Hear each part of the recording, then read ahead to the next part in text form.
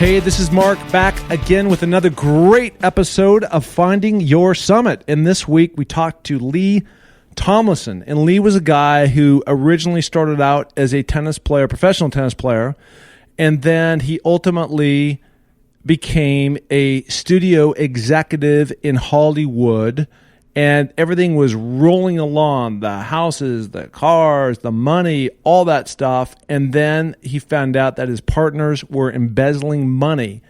He ultimately took those guys to court. They locked him off the studio, cut him off his salary. Tough time for him, lots of stress, lots of anxiety. And then through this whole thing, he ends up getting throat cancer. He can't swallow, he can't eat, has to have a feeding tube in his stomach. It was awful. And we document this thing. And then at the very end of all this, of all things, is there's so much stress within his marriage, that blows up, all right? And then if that's not enough, he had a port on his body, meaning there was a place where they had inserted a tube, and that got all infected. He almost died from that. And then depression sunk in. But ultimately what happened, there was a decision moment in his life where he shifted his mindset, and he now has dedicated his life towards going out and educating the medical community about this acronym he's come up with called CARE, which is amazing. So it's all about compassion and respect towards patients that are out there. We've all been a patient, I'm sure, at some level, at some time in our life. He certainly has had his share. So it's an amazing episode. We go on for about an hour, so hang in there, but it's very compelling. The people he's hung out with, what he had to go through, the depths that he ultimately bottomed out at. But, you know, again, like all this stuff, it's about overcoming and achieving. He did that, okay? So, as always, please go in, rate, review, go to iTunes, help us out. We continue to grow the show's popularity. We've got amazing people on week after week after week, so it's very fun for me to be on this side of the mic. And if you want to find out about my public speaking, I'm out there now, about my mountains I'm going after. The next one coming up is Denali, markpattisonnfl.com. That's where you can find me. And with that, let's go talk to Lee. Okay, here we go. Hey, everybody, it's Mark back with another great episode of Finding Your Summit. And this week, once again, I'm beaming from Hermosa Beach, California, and I'm in the presence of a great guy, Lee Tomlinson. Lee, how you doing? Couldn't be better. Awesome. All right, so I'm really fired up for a bunch of reasons. Number one, I always love it when people actually come to my place and we connect like this. And I know the reason why I bring that up is because I think a lot of what we're going to talk about is connection and things that you've experienced over your time. And just to throw it out, to kind of take the elephant out of the room, out of the gate, and we're going to jump around a little bit, but I think it's appropriate, is you are a survivor of stage 3 throat cancer, correct? Stage 3, between 3 and 4, yeah. Okay, and 4 means your history, right? No, not necessarily. Okay. I mean, there are people alive today with every stage of cancer on the face of the planet. However, when you get to 4, your chances of recovery are significantly diminished. So I was diagnosed with stage 3+ because it had spread to some lymph nodes. Yeah. But it wasn't all through my body, which would have made it 4. So we're kind of in between. We're splitting hairs at this point. It was serious advanced cancer. But the bottom line is you're healthy, you're alive, you're well, you're doing great things out there, right? I, knock on wood, 3-4 months ago, I went in for my annual checkup, which takes hours. And they take all these tests and blood and scans.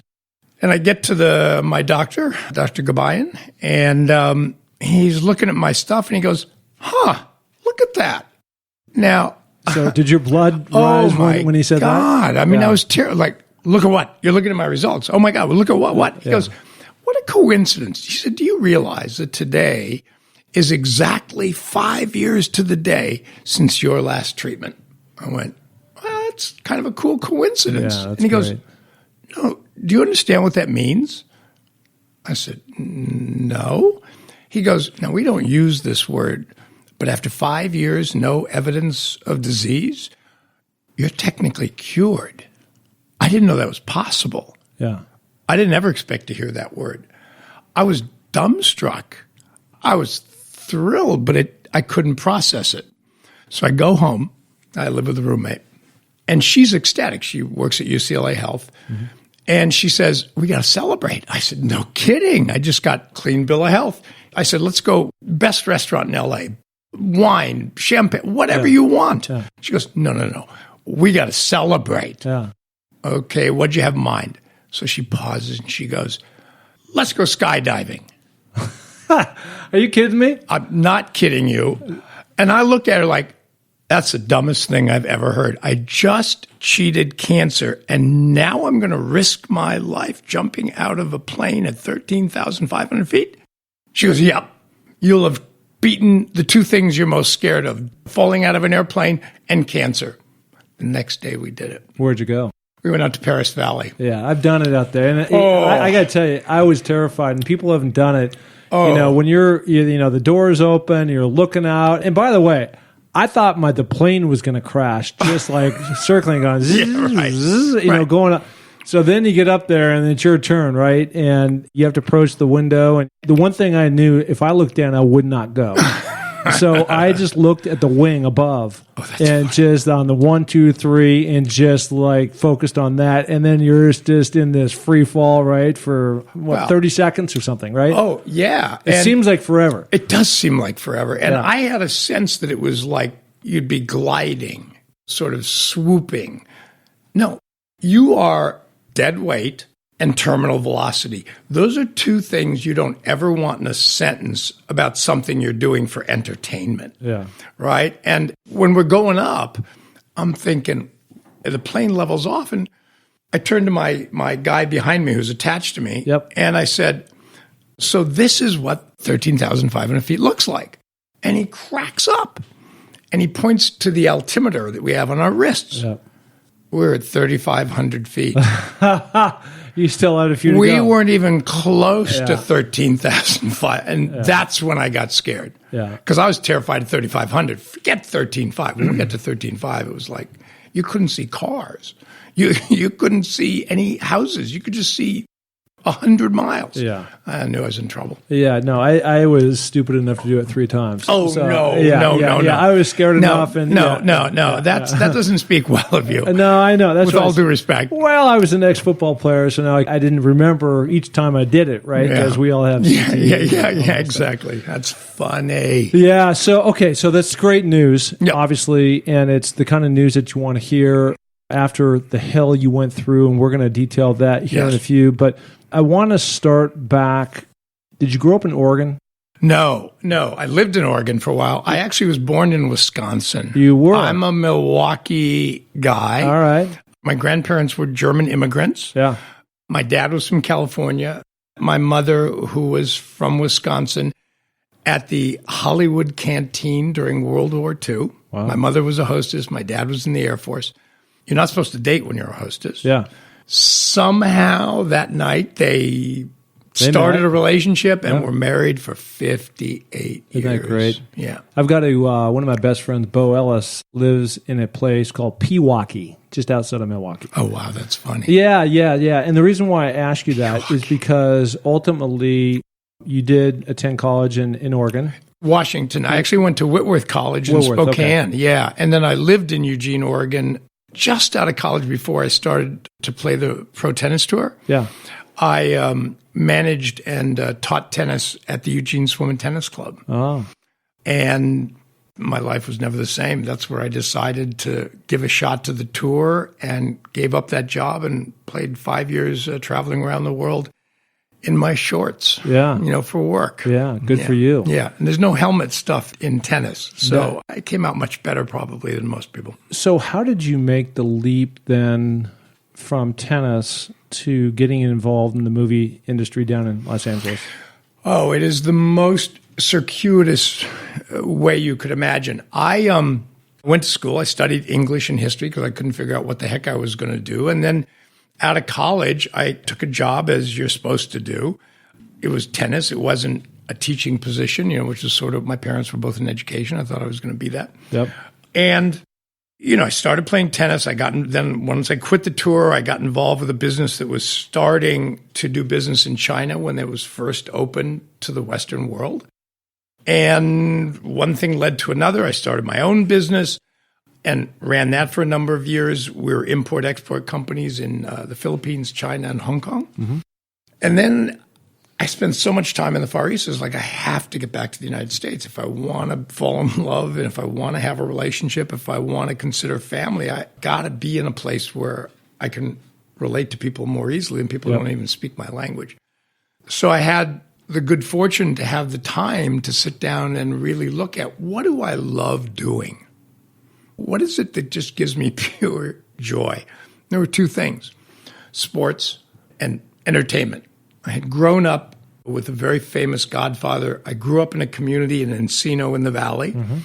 I was surrounded by celebrities and their kids. All my friends, my best friends, were the sons or daughters of gigantic celebrities. Who's the most famous one? Oh, I don't know. John Wayne, Dick Van Dyke, people like that. Big timers. Yeah, Walt Disney. They all lived within a quarter of a mile of my house. We weren't even remotely at that stature. We were, sort of upper middle class, education. These were all celebrities. Anyway, so those are the two things. And the first thing I did was get into sports marketing and began doing that, and then got a call from the U.S. Olympic Committee saying we have a thing called the U.S. Olympic Festival, which was then the second largest Olympic sports event for the U.S. Olympic Committee. Yeah. Olympics being number one, obviously. And it was a preparatory event. So it was like the Olympics, but only with American athletes. And we had one here in L.A. So I was the head of sales and marketing for that. It was my job to find the money through sponsors to fund it. Yep. Which is fabulous. Yeah. Got a little burned out on that and got a call from the American Film Institute saying, we hear you're really good at taking good ideas and turning them into businesses. Okay, that's true. And raising money. Okay, that's true. They said, we got a problem. The president of the United States has just taken away a lot of the public funding from arts organizations because they're too left-wing. And who was that at the time? President Bush won. Yep. And so they said, we've got a minimum of a $2.5 million shortfall from morning till night, and we're desperate. We can only ask for contributions to a certain level. We've been doing that for 35 years. But overnight to lose 30% of our budget, that's a problem. So they said, we got to figure out some ways to make some money and figure it out. So they had no ideas. They had nothing. Mm-hmm. Long story longer. I came up with an idea. I heard that the first sale of a ticket, the first commercial sale of a ticket to a movie happened in 1898 at a place called Bayou's Dance Hall in Midtown Manhattan, New York. And I thought, wow, it's almost 1990. It's 100 years later. This is kind of like the 100th anniversary of the start of commercial movies. Why don't we make that into an event? And I created something called the Centennial Celebration of American Movies, during which, among all sorts of other stuff we did to extend it, we put together 1,500 of the biggest shots in Hollywood on every level involved with entertainment. Actors, directors, producers, you name it. Everybody. Heads of studios. We put together a list of nominees, and then we had them vote on the 100 greatest movies of the century. And then what we did to publicize that was we turned it into a 3-hour primetime CBS special that counted them down, interspersed with famous celebrities talking about their favorite movies as they went down. Now, the thing that was kind of amazing about it was, normally when you do a show like that, you sell it to a network. Yep. And they pay you a licensing fee. Nobody wanted to do the show. So I persuaded AFI to take the bet. It was $3 million to produce the shows, another $3 million to buy the time, $1 million an hour, and then some overhead. So it was like $6.5 million we were in for, and we financed the show ourselves. So if we didn't raise $6.5 million minimum to break even, you're out. AFI was in big trouble. Yep. The good news is that we raised 13.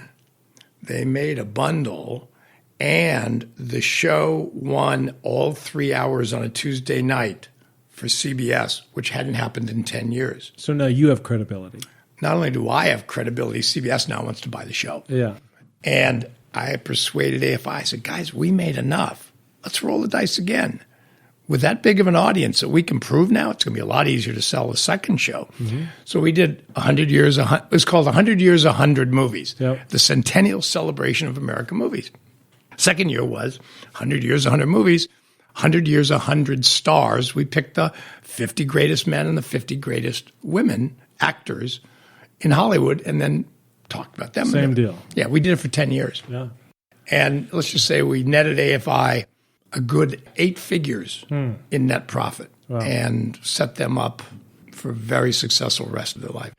That's the longest answer to the shortest question in history. That's all right. But that's how I got into entertainment eventually. And then once I left AFI, we bought the Culver Studios, where they made Gone with the Wind, Citizen Kane, E.T., and we built Albuquerque Studios as well. Wow. Yeah. So how many movies? Was it more movie and TV? Or at Culver Studios or me? Or my production? Yeah, your production. No, I was exclusively television. Yep. I didn't do any. I ended up marrying a woman who was a top costume designer who did gigantic features. But no, I was producing-wise, I was only television. Yeah, okay. When we bought the Culver Studios, we did everything.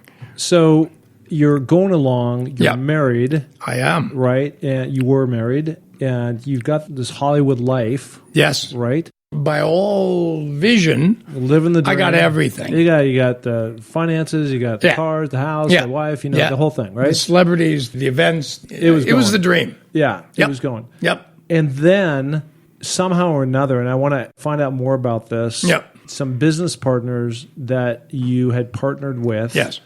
Embezzled money or put you in a very bad position. Well, bad position is one way to say it. Disastrous is another. Yeah. I discovered their fraud and their embezzlement and confronted them. I was so flabbergasted.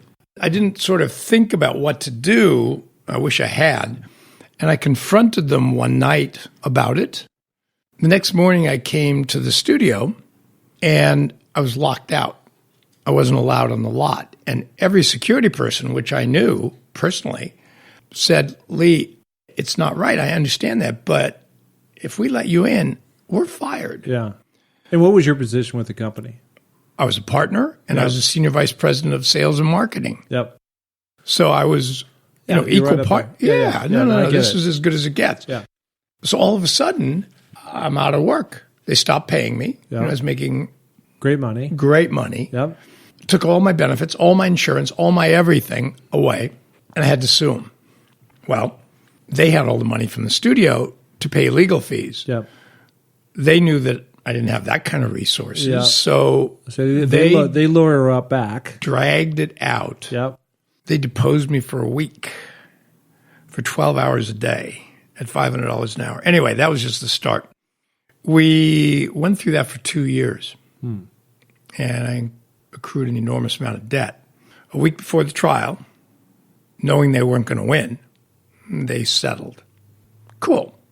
I ended up with their ownership stake in Culver Studios, and everything was good. Our partner was Lehman Brothers, our financial partner. Yep. Lehman Brothers, after I win, I informed them of the fraud, and they were suing these guys as well, said, wow, that's great that you got that settlement from them, but we want that for our settlement as well, so you need to sell it to us. Okay, not mine, but theirs, sure, that's fine.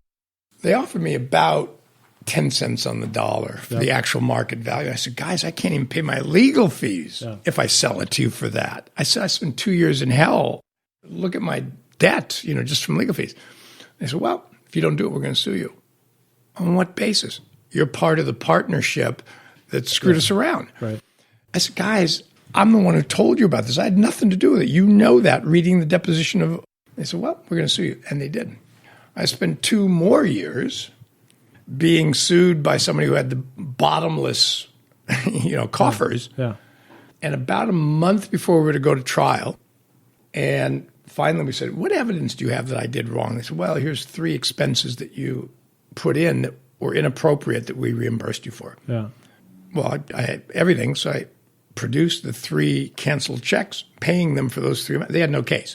A month before we go to trial, at which point everything disappears and I'm in great shape, they go bankrupt. It's thrown into receivership. And in the world of big bankruptcies, you're a list of creditors. Yeah. I was number 453,523,000. Wow. I was so far down the list, it was a joke. So I lost everything and had about $500,000 in debt. So what did that do to your personal relationship with your wife? Well, it... that's a lot of stress. Oh, that's the understatement of the year. Let's put it this way. If that were the only thing, we probably could have gotten through. Yeah. But I can't speak for you. Yeah. But sometimes when I'm scared and when I'm semi-desperate and my world is falling apart, I may not be the most wonderful guy on the face of the planet. I get tight and I get demanding and I get impatient and, I put her through a lot of that stuff. As we're going through all of that and struggling with the finances and should we sell the house, which we did, I'd go to the ENT, my doctor, one day. I'm a golf addict. Yeah. And because of my adventuresome lifestyle, I've been hospitalized for 82 million things. I mean, you name it, I've either had it, broken it, smashed it. Yeah. So I don't go willingly. But I went to my ENT because it was really important because I qualified for the California State Senior Amateur Golf Championships up at Pebble Beach. Yeah. Wow. And for an amateur golfer, it's huge. That's huge. Yeah. I mean, I had stars in It's my a great eyes. spot. Yeah, it's a great spot. Right? Yeah, it's awesome. And I can always say I qualify as a state competitor state in California where they have so many great golfers. Anyway, it's a big ego thing. Yeah. And it was fun. I loved it. Anyway, so I go to my ENT because I had terrible allergies, which I still do. But I couldn't, my eyes were all watery and sinus issues and ear issues. And I knew I wouldn't be able to play very well up in Pebble without some sort of relief from that stuff. Yep. So you're just going for a routine checkup. Yeah, I'm going for allergy tests. Yep. Which not they a big did. deal. Not a big deal. No. Yep. I don't know if you ever had those allergy tests where they poke you with 100 different things to see how much it swells. No. It's one of the most annoying things on I don't the want face to of do the planet. Don't do that. Don't do that. I'll jump out of a plane before I that's do that. easier. Then you just fall. So, they do all this for a couple of hours, and she comes in, Dr. Putnam, Michelle Putnam, extraordinary woman. She's cracking up. Dr. Putnam, what the heck is so funny? She goes, Lee, we figured out what you're allergic to. What would be the worst thing as a golfer you could imagine being allergic to? That would be grass. That would be grass. Yep. On a scale of 1 to 10, I'm an 11, which she thought was hilariously funny. Yeah. Not funny to you, though. No. I mean, this was a disaster to me. Now, my wife thought it was divine retribution. For all those days that I'd spent on the golf course instead of being with her, she thought God had finally punished me. So that's fair enough as far as she was concerned. Anyway, so she says, can I do one more test? It's like the studio's maybe a quarter of a mile away. I'm still involved with the last of the legal stuff. Yeah. I said, I got to go. She goes, no, one more test. I want to do an endoscopy, which is you stick this sort of hose up your nose and it's got a camera on it and it looks around. And she starts doing that, and within maybe 15 seconds, she turns to me and says, and her face, I remember it so clearly. It's clear that she doesn't want to say what she's going to say. Yeah. I mean, her face is distressed. She says, Lee, I don't know how to tell you this, but I think you have cancer. I think you have throat cancer. And it's pretty far advanced. It's in your lymph nodes as well. I can see it. Did you have any symptoms at this time? All I had was the allergy stuff. Yeah. I had nothing that would have throat or swelling. No, I didn't have anything. I don't drink. I need the predictors. I don't drink. I never smoked tobacco. Marathon runner, hiker, mountain, whatever. You're the picture of health. I am totally. Yeah. And I eat well. Everything. Yeah. So it just can't be. I can't possibly have throat cancer. But I did. So what was the next follow-up? Did more test and more test and more test? No. She sent me, she was amazing. in the world of being kind, caring, and thoughtful for your patients. Yep. She said, Lee, I was terrified. Everybody I knew who had cancer is dead. By the way, what year is this? It's 5 years ago. So what does that make it? It's 2012. This is when this all goes down. Yeah, 2012. So it's roughly almost exactly 5 years ago, 5 years and a few months, since I got my last all clear. She says, you need to get your wife in here right now. I'm going to cancel my next 2 hours of appointments. And I'm going to spend 2 hours or as long as it takes for you and your wife to ask every question you can remotely imagine about this, what it's going to entail, what might happen, what might not. Anything you want to know, I'm going to answer for you. And she did. And I don't remember any of it. My wife, who was working across the street at Sony, was taking copious notes. My brain was done. Yeah. This is probably like an out-of-body experience for you, right? It was totally. Yeah. It was otherworldly. You know, it's hard, particularly when you take care. Sometimes I would guess that you get diagnoses that you were sort of told if you keep doing this lifestyle thing, you're going to maybe have a chance of something. Yeah. I did the exact opposite my whole life. There's no way I got cancer. It was inconceivable to me. So this conversation made no sense. I got to be dreaming this. No. But I wasn't. She called up. We said, so who would you recommend to treat me?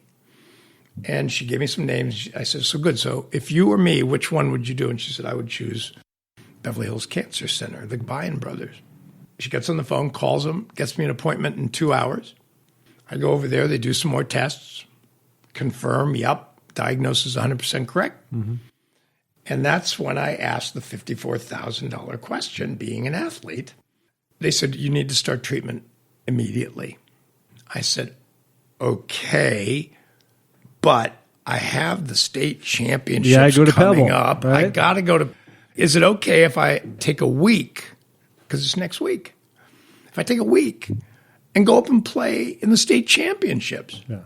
Now, these two brothers, renowned cancer doctors, look at each other with a look on their face, which is, this is clearly the stupidest human being. Which part of advanced cancer do you not understand? And you need to start now. And you need to start right now. Yep. And that was the last time I played golf for almost 4 years. Wow. Didn't pick up a club. Wow. So it broke my heart on two levels. One, I was dying. And the second is I didn't get to play in the state championships. And I was so sick from the treatment, I couldn't. Last thing I was thinking about was playing golf. Yeah, I mean, you're putting poison into your body, right, to counteract this and kill all the cells, the bad cells. Yeah, and not only poison, but I had 35 radiation treatments on my throat. So think about radiation. Think about what Hiroshima and Nagasaki, only focused down to a small beam that every single day for 35 days, they explode in the back of your throat and your tongue to the most tender tissue in your body. So how do you eat? You don't. So is this IV fed? I mean, well, it's meant to be. Yeah. See, I'm an idiot and I'm a guy. Yeah. Now I'm learning and I'm getting better. But they said you're not going to be able to swallow. You're not going to be able to eat hard food, any kind of food. You're not going to be able to do it. You will not be able to swallow. Yeah. Which didn't make sense. How can you not swallow? And you need to have a feeding tube put in your stomach. Yeah. I don't know why, but the thought of that just really bugged me. Yeah. I don't know why. It seemed like it's a wuss. Yeah, wuss does that. Yeah. So I said, have you ever treated anybody who hasn't had a feeding tube put in? They said, yeah, 2 guys. One was a race car driver, and the other was a SWAT team member. Yep. Those are the 2. I said, well, if those guys can do it, I can do it. Biggest mistake of my life. Almost killed me. Just because it's so painful? Because not being able to eat for 2 months, I lost 60 pounds. And you have to keep your strength up to fight it because your whole body is under attack. And so you need all the strength you can muster, and part of that comes from nutrition. But I couldn't, they're right, I couldn't swallow saliva. Yeah. I mean, it's like swallowing broken glass. And how long did that go on for? Oh, how long was the pain or how long was the actual treatment? Yeah, the treatment. Treatment was 35 days, so it was 7 weeks. Yeah. 5 a week, get the weekends off. Yeah. And then, but the pain from it, maybe 2 years. Yeah. I had to take classes in swallowing. So you're going through this through your 7-week period of time, and you're still married. I am. Yep. Thanks God. Yep. She was my rock. And now, without her, I'm dead. Yeah. And now, after the 7 or 8 weeks of taking this painful treatment, your throat's just on fire. You now are coming out of it. At that point in the world of cancer treatments, do they pronounce you're cured, or is it just... Oh, no. You're just going to the next level? Oh, no. There's not even the remotest talk of cure at that point. After a year of treatment? Yeah. Nothing. No. You slow it down? Well, I was living in 10-minute increments. I was self-administering fentanyl patches, and it was a question of, do I live 10 minutes? Do I give up? Do I live 10 more minutes? Do I give up? And I got to tell you, it was 50-50. I thought I was tough. I mean, I've had thumbs pulled off. I've had 15 broken bones. I've had bad 2 near-fatal motorcycle accidents. I've had a lot of, I think I can handle pain. Yep. Cancer kicked my butt, knocked me to my knees, made me cry, made me weep, made me give up wanting to live, to quit. I'm not a quitter. Yeah. That's not me. No, it just got to that point. Got to the point where it's like, I just, A, I don't know if I'm even going to make it. And B, the pain is just unrelenting every minute of every day. It's just a question of how much. Yeah. Will it ever get better? And I thought once I'm through with the radiation, all of a sudden things are going to start feeling great. They didn't feel great for years. Yeah. And the worst part was that right at the very end of my treatment, I woke up in a large LA hospital in the emergency room. I passed out in my doctor's office, finding out about getting a feeding tube at that late date. And the port that I'd had for the infusions, which is surgically inserted, I had a serious septic infection that was infinitely more dangerous than the cancer at that moment in terms of life and death. So now I'm dying of cancer, miserable from the treatments and excruciating pain. I have a life-threatening septic infection, and my life is a ruin. I'm in immense debt. My wife is getting tired of working through all this crap with me because, again, when I'm in terrible pain, I'm not the most fun to be around, sadly. So, when I get to this hospital, I'm at the end of my rope. It's like, God, seriously? Mm-hmm. It's like, you took the studio, you put me in debt, you gave me cancer, now you're giving me an infection. It's like, do you want me dead?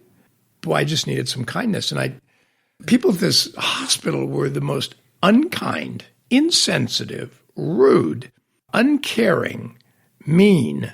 You pick a word. Well, you're probably at that point. Again, I'm projecting this. Please. Right?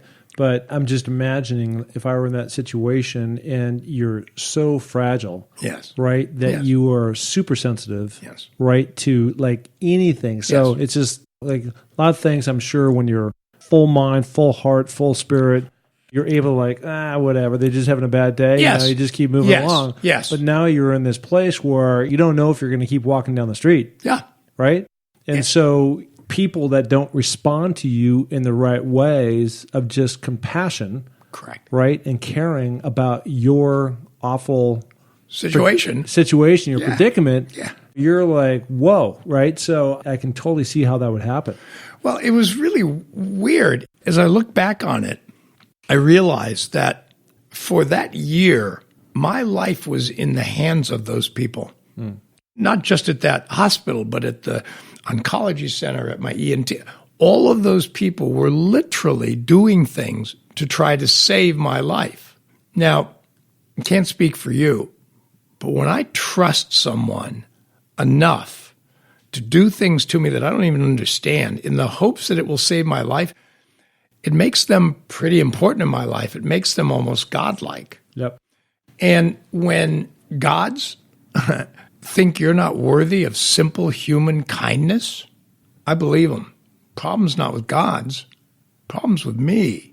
Something's wrong with me. I'm not good enough. I'm not important enough. I'm not meaningful enough. I'm just another aging white male with advanced cancer and a life-threatening infection. I wasn't even a human being, and it broke my heart. So, yeah, no, I certainly understand that. So what you weren't getting, there's like this one-way need, obviously, because those people are in your village, and your village is helping keeping you alive, right? Yes. And what wasn't happening, as I'm understanding this, it was like a return ticket going back, a two-way relationship, just like anything. Yes. So anything they're telling you to do, take these medicines, these shots, these radiations, go here, go there, wherever. You're doing everything. Yeah. And meanwhile, they are also monetizing on this. Big time. Big time. And what you're hoping for, right, you're probably not even projecting this, but what you need in your life is somebody to take you by the hand and give you a big hug and say, you know what, you're awesome, we're going to take care of you, and you're in great hands. Yeah. I just wanted to know somebody saw me as a living, breathing human being. Yeah. It's not enough just to give me medicine. As a human being, I need that hug and a kiss, figuratively or literally. Everybody does. Everybody does, particularly when they're terrified by anything or sick. I was about as sick as a human could be. My life was a shambles. I didn't know I might have had surgery to remove the tumor, in which case I would have lost my voice. I don't know about you, but to make a living, I got to talk. Yeah. So here I am. I have enormous debt. I have an infection. I have cancer. I may lose my voice and not be able to work. And my wife and I are, at loggerheads. Yep. It's like, what else can go wrong here? I can't sort of think of anything. Tell me something else didn't go wrong here. No, So if that's the answer, right, which I think is, that's a huge amount on your plate, so I don't want to minimize that at all. But at what point, when you're at the lowest of your lows, and I've been there too, not like at your level, but it's all relative, right? It is. To your own situation, everybody's situation. Horror is horror. We don't measure them, No. That was relevant to your situation. Yes. But at what point in time did your mindset shift? And you're going from, my life's a wreck, all these bad things are happening, nobody cares about me in the medical community, but now I'm not sure if I even want to live, right? To, I do want to live, I see my calling, and I want to understand what that purpose was. What was the calling? What was the mindset? Yeah. It was one of those moments that you'll never forget. I'll never forget. So with all of that mess going on, not to mention 6 figures of debt and not feeling worthy of even breathing, everything is a wreck financially, professionally, romantically.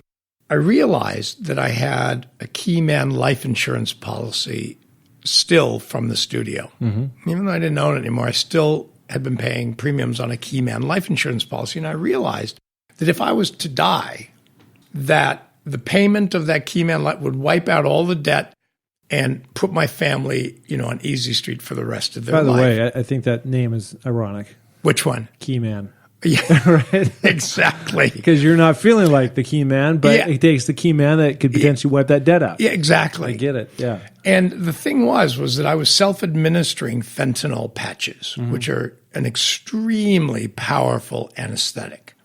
And I had unlimited amounts of them to use as I thought necessary. And I realized that if I put enough of those on, that I would just fall asleep and stop breathing, and it would look like an accident and they'd be able to collect. But I didn't know how many to put on. I didn't know how many to put on to where it didn't look like I was committing suicide, which is what I planned to do.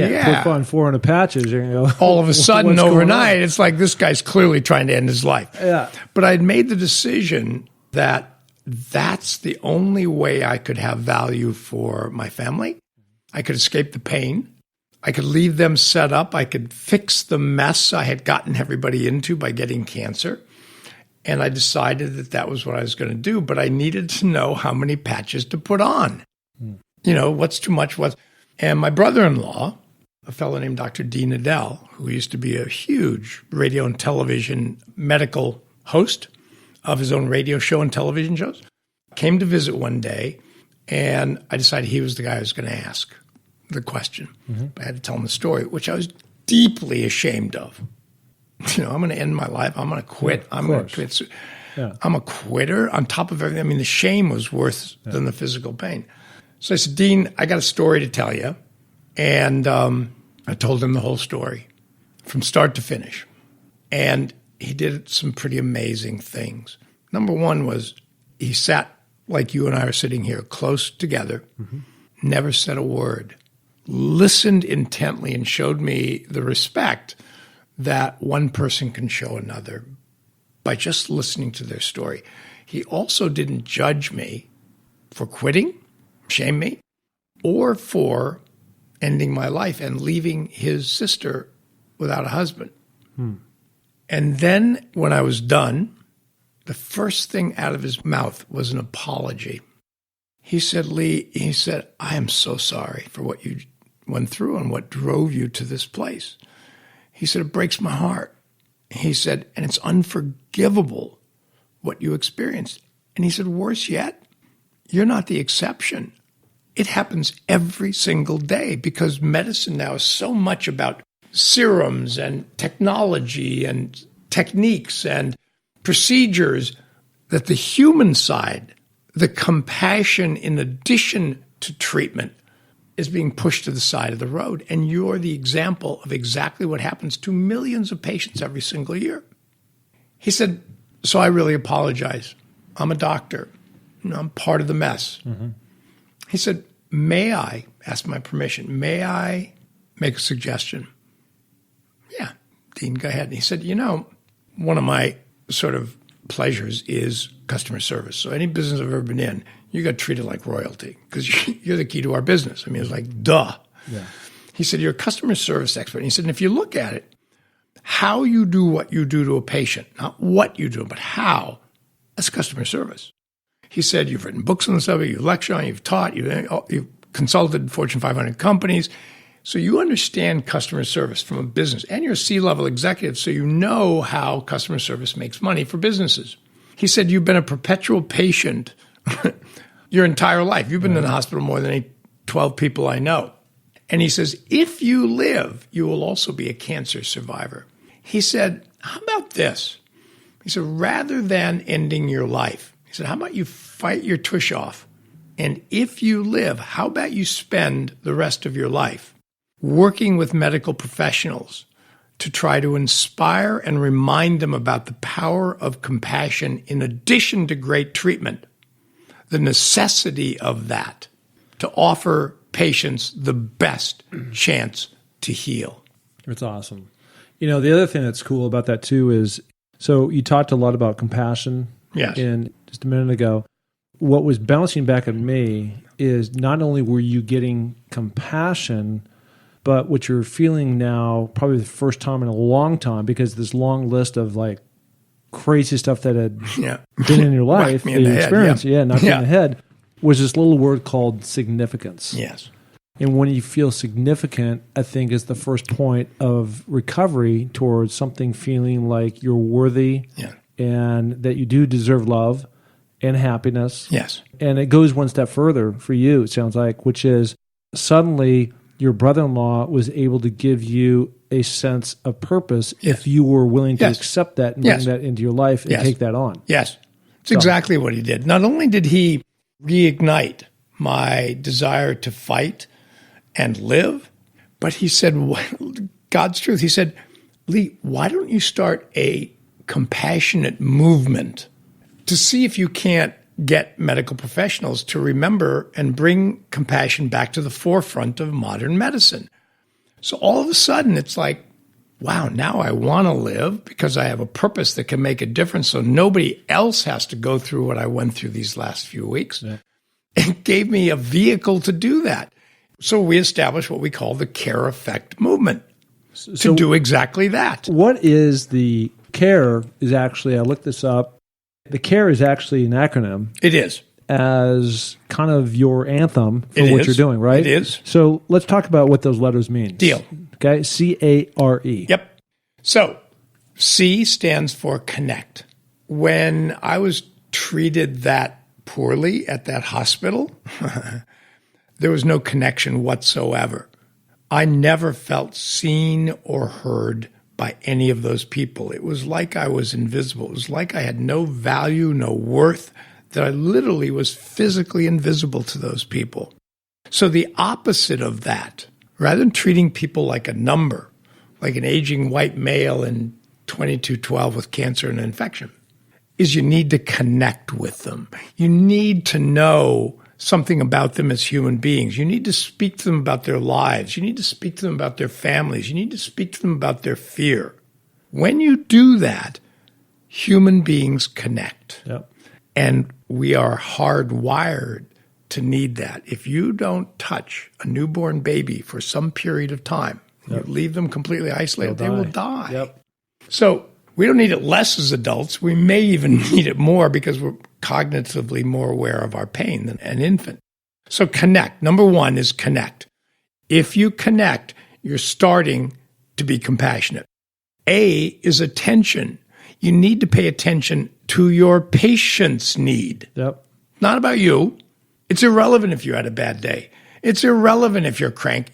No, you need to pay attention to the patient because their life depends on it. Being compassionate with a patient literally arms their immune system in a way that has a dramatic impact on their ability to survive anything. So paying attention. R, respect. You need to say please. You need to say thank you. You need not to interrupt a patient when they're speaking because you know the answer before they finish their question. You need to show them simple respect. And then E is emotive, is expressive. You need to be real with the person. You need to express your thoughts, your feelings, yourself, your realness with them. And if you do all four of those, you will have given compassionate care. So did you connect? Did you pay attention? Were you respectful? Did you emote? Did you express yourself? If you did, you gave them the very best. And, at least according to the World Health Organization, they said something along the lines of psychosocial care, which is the other side of the physical part of medicine. It's dealing with the emotional part of medicine, is essential to the most effective treatment of cancer. It'd be nice if you could. Not, it's okay. No. If you want to give your cancer patient the highest chance of survival, you must deal with their emotional side. And the answer to that is treating them with compassion. Yep. Makes sense to me. Yeah. It's simple. It's just apparently really hard. So then do you, where you're at now, you're healthy, you're happy, a lot of things are behind you. Yeah. So do you now go into hospitals and clinics and conferences and medical schools and nursing schools and all the above? Yeah. It just seems to me it's common sense that if, again, they're so focused on their craft and that they forget these other things. And if you just strip out everything you just said and you go straight to the pocketbook, it seems like if you can get them in this ecosystem, right, that now become referrals. Yes. And testimonials, right? And good results. If everybody needs to go to XYZ hospital, then more people, it's more business, and the bottom line is the bottom line. It's like, duh. Yeah. See, here's the thing that's so interesting. What's interesting about compassion and giving it or not in a medical setting, forgetting everywhere else, where it's desperately needed as well these days, the medical benefits, faster recovery, more likely recovery, longer-term health, less depression, less opioid addiction, and on and on. The benefits for patients are provable. It's not just about feeling better because you're cared about. It has tangible, measurable, significant medical benefits. If you're in the business of first do no harm, if you don't give your patient compassionate care in addition to good treatment, you're doing harm. Yeah. That is not acceptable. And my job is to remind them of that. When you got into medicine, you got in it to relieve the suffering of another. If you're not doing it now to the highest degree that you humanly possibly can, you're not fulfilling your oath. You're not even living the life that you did the day you got into medicine. And that's not okay with you at the end of the day. And all those benefits for a patient, guess what? The provider, the professional, gets the exact same benefits.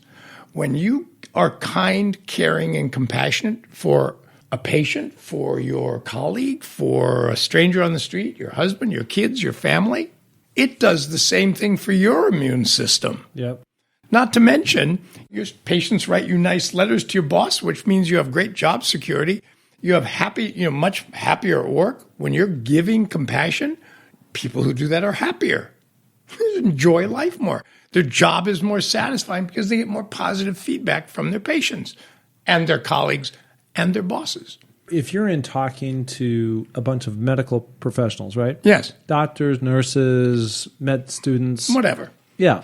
And from their standpoint, they're going, look, I got Jimmy at 12, Susie at 12:30. Yep. Bobby at 1, yep. blah, yep. blah, blah. And yep. my time is limited. It's not that I'm not trying to be compassionate, attentive, respectful, all those things.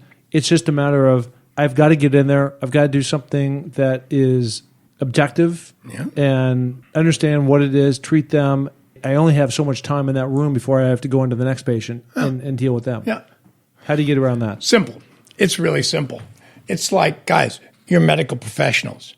Both of those, according to the World Health Organization, are essential to the treatment of cancer patients. And if it's cancer patients, it's everybody else too. Yeah. So first of all, you've got to realize there is no excuse. Compassion is not a function of time at all. When you were a kid and you played football, you were hurt all the time. When you were a little kid and you got a really bad boo-boo, you didn't run to the emergency room, check yourself in, tell them that you had a severe laceration on your lobe.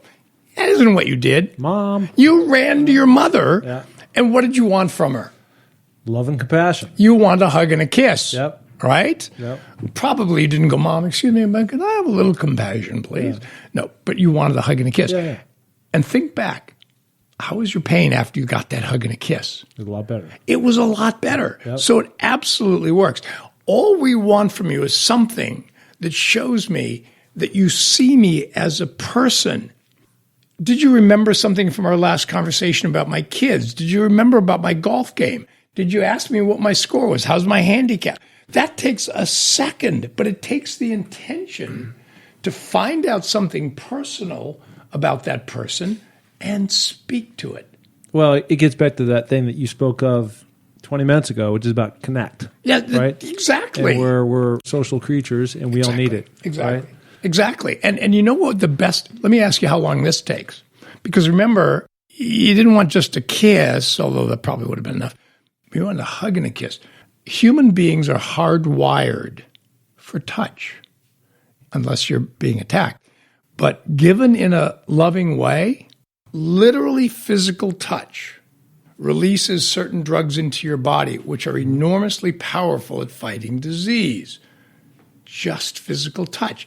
How long does it take to shake your patient's hand? How long does it take to put your hand on their arm? Like Dr. Putnam did for me when she gave me my diagnosis. Yeah, 1 second, right? And if that. Yeah, and it's one of the love languages, right? It is exactly. About, right? Touch. Absolutely. So all this is awesome, and it's a story of overcoming adversity. It's finding your way. One last question I want to ask you. Please. How was doing a TED Talk? Well, how do I say this? I hope this isn't inappropriate for your podcast. It's the most fun I ever have with my clothes on. Honest to God. Wow. I am one of the most rabid fans of TED Talks extant. I listen to them every single week. I don't like them all, but they're great. My attention span's just about that long. It's about 18 minutes long, right? Yeah, and beyond that, it's like, forget about it. Yeah. So I have always wanted to do one. Well, there's a company called Eli Lilly that makes a drug called Erbitux, which is one of the drugs that I took during my chemotherapy. And they contacted me. They wanted me to come because they knew that I had used that drug and they knew that I was no evidence of disease. And they said, we'd really like to have you come talk to our national sales, Erbitux national sales team, and just tell them how Erbitux helped your life and helped your treatment. And they said, oh, and by the way, we've seen your videos and we've seen all your stuff. We produce a TED event here at Eli Lilly annually. And we'd like you to lead ours off next year. It was kind of like that, 5 years, no evidence of disease. You're cured. It's like one of those, what? You're inviting me? Yeah. I don't have to beg? Oh, and even though you're not supposed to, they found a way to like pay me for the other talk. Yeah. So I got to do a TED Talk and did nothing to make it happen. It was magic. 13 seconds before I walked on stage, I was still debating different points in my brain. Wow. And then I just went, God, say what you're going to say. Let's get this thing moving. And I walked out, and the rest is history. It was magic. Well, I think you delivered. I saw the TED Talk. I saw the you entire, did? Oh, yeah. I saw the entire Thanks. Yeah, episode. Thanks. And yeah, it was fantastic. And one of the things that always impresses me, and it's very consistent amongst the TED Talkers, is the clear, concise, to the point, no pauses, no you-knows, all those things. It's just boom, boom, boom, boom, boom. And you hit it on all measures. And there was a lot of humor that was involved in telling your story about how you've overcome and how you'd hit rock bottom and making your way back out of it. Yep. And for the listener who has not seen this, and we will put this in the show notes, you're up there in a medical gown. Yes. And one sock on, right? Yeah. And then you, midway through it, towards the end, you actually take it off and pull your pants up and put it on a suit, and the whole thing just worked. And thank you. Yeah, no, it was really awesome, and I think the message at the end of the day was very effective. And really, what you're talking about, really on two different levels. Certainly, kind of your focus is within the medical community, but if you just take that out of it, I think everybody on the planet could be involved in this care movement, as you call it, of compassion and passionate about what's your attainable, respect. And I mean, they're all great words. Humble and kind. I mean, I could throw a bunch more in there too. Absolutely. Right? We'll make a longer word out of it. We'll make a longer word. Yeah. So let's do that. But it's really awesome. I do have to tell you, we were mentioning, we're kind of laughing about this before we went on, that lucky me that I get to be on this side of the mic and hear so many amazing stories about people overcoming their adversity, their hardship, and what they had to do. And the common thread on every single person is what that magical moment was for them, where it shifted. It certainly shifted for me when I was going through my tough times. But for you to have your brother-in-law in there, and that gave you purpose, it gave you a reason to live and go forth. And now all the good that you're doing towards everybody else, and it's just good stuff, right?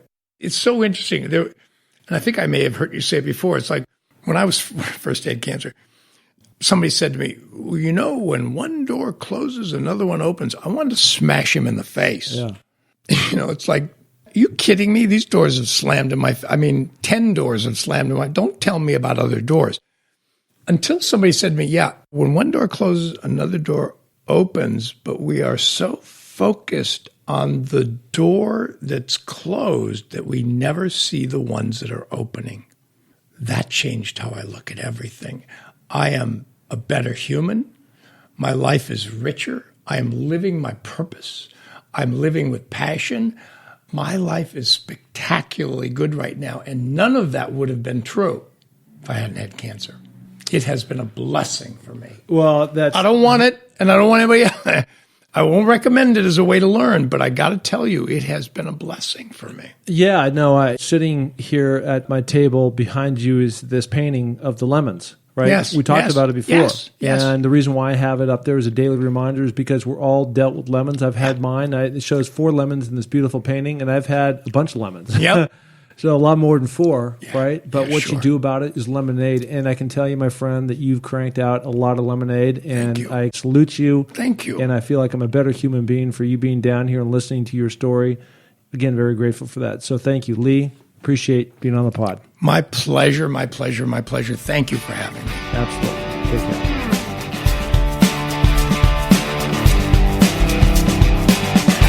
Hey, and thank you so much for listening to the Find Your Summit podcast. We are so glad to have you along for this journey. And if you enjoy the show, please tell a friend, share it on iTunes, spread it to the planet. We're looking to broadcast this to every person that is out there because, as you know, everybody has their own summit that they're going after. If you're looking to follow my journey, you can find that through my social links on markpattisonnfl.com. That's Mark, M-A-R-K, Pattison, P-A-T-T-I-S-O-N, NFL.com.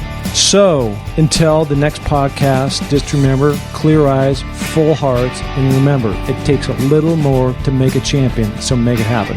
Thank you. Bye.